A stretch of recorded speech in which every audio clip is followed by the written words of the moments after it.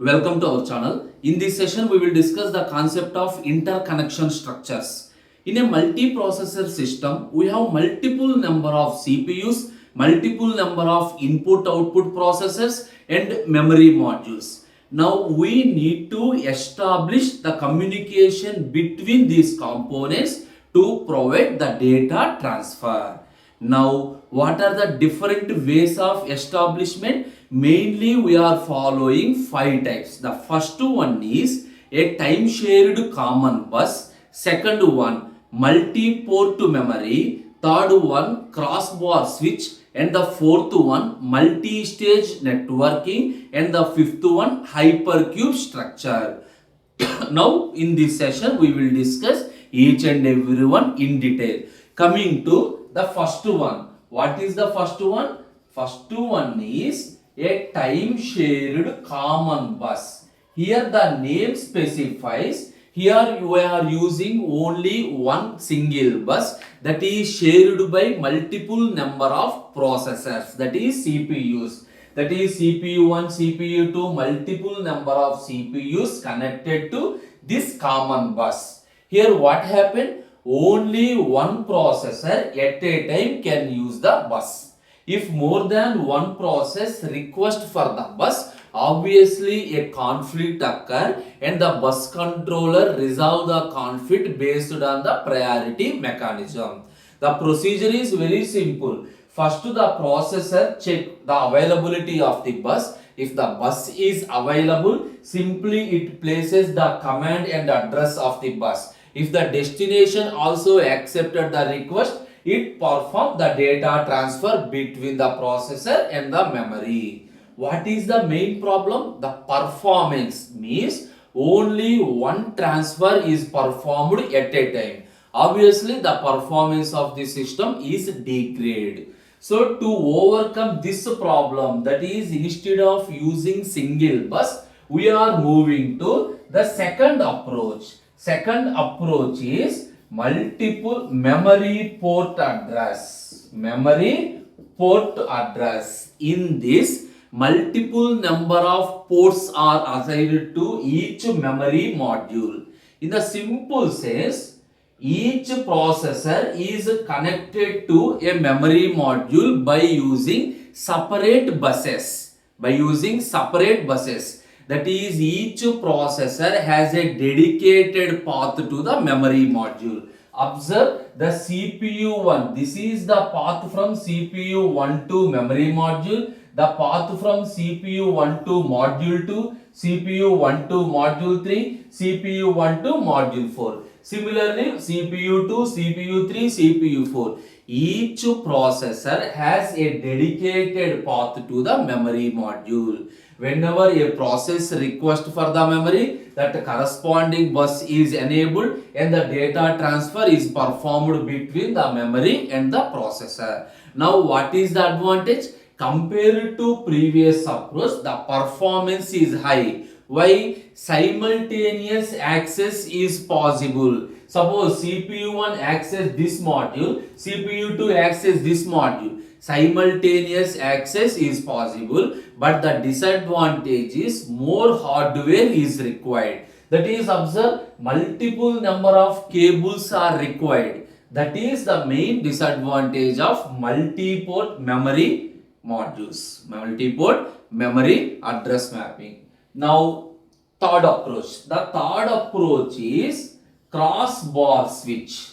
So, in this crossbar switch, some cross points are placed as the intersection between the CPU processor bus and the memory module path. So, crossbars are placed as the intersection between the processor bus and the memory path. Simply, these cross points are called switches. These cross points are called switches. It is represented in a grid format. The rows represents the processor and the column represents the memory module. Each switch has an internal logic. So, to which processor, that is to perform the data transfer between the processor or the memory.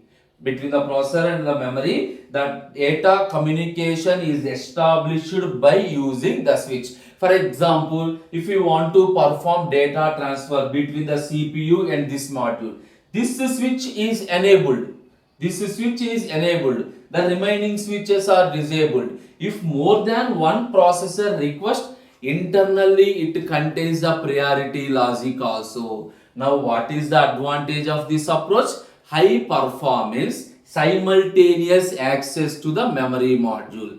Again here also the disadvantage is multiple number of cross points are required. That is, hardware is expensive. This is the problem with the crossbar switch. Again, to overcome this, we are moving to the next approach, multi-stage switching network. Now consider the fourth multi-stage switching network. Here the basic element is simply a switch which consists of two inputs labeled as A and B, two outputs labeled as 0 and 1. Any input is connected to any output. If more than one input requests the same output, one is allocated and one is blocked. This is the basic scenario. A and B are the inputs, 0 and 1 are the outputs. In this, A is connected to 0, A is connected to 1, B is connected to 0, B is connected to 1. These are the representations. Now, what is our approach? Our approach is multi-stage switching network. Here we are constructed by using multiple stages of these 2x2 switches.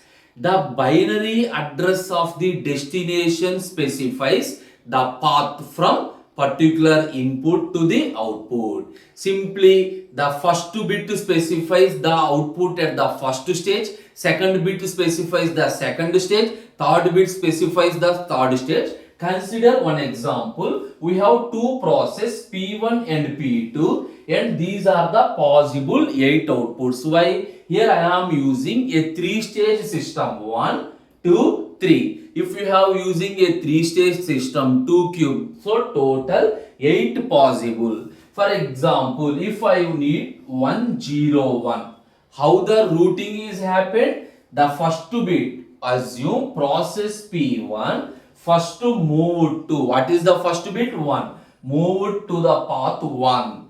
In the second level, it consider the 0 output. In the third level, it consider the 1 output. You are getting the answer. Got it? You are getting the answer. That is based on the binary address of the destination.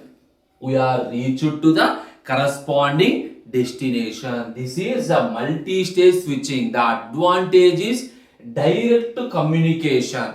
The advantage is direct communication and less number of hardware compared to multiport and crossbar switch. Less number, and whatever the destination we need, directly we are moving to that one.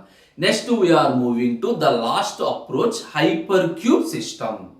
And the fifth approach is Hypercube interconnection. Here it is also called as a binary cube. Suppose if n value is there, total n is equal to 2 power n number of processors. Suppose if n is equal to 1 and we have 2 power 1, that is 2 processors are there. N is equal to 2, 4 processor. N is equal to 3, 8 processors. This is the representation. For n is equal to 1, this is 1 cube. Here each processor is represented as a node.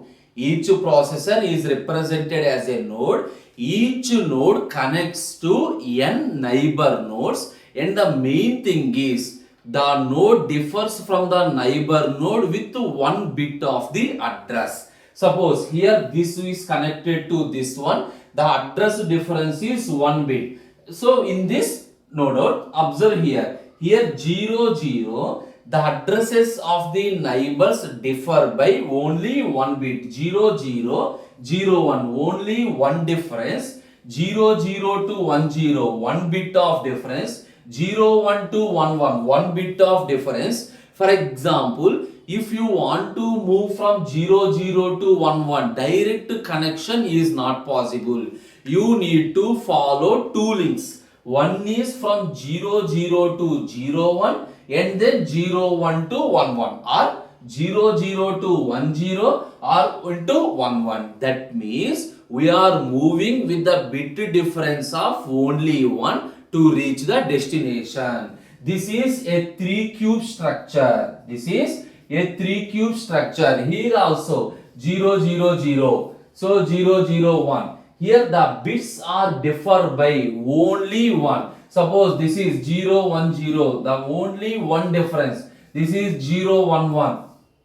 This is 0 1 1. If you reach from this to this directly is not possible. Routing from this position to this, from this position to this, like this. You got it? This is hypercube interconnection represented in a cubical format. The main advantage is a parallel communication and scalable. The disadvantage is a difficult architecture. That is, constructing is difficult. This is the concept of interconnection structure. Total 5. First, time shared common bus. Second, multiport memory, crossbar switch, multi-stage networking, and hypercube interconnection. Thank you.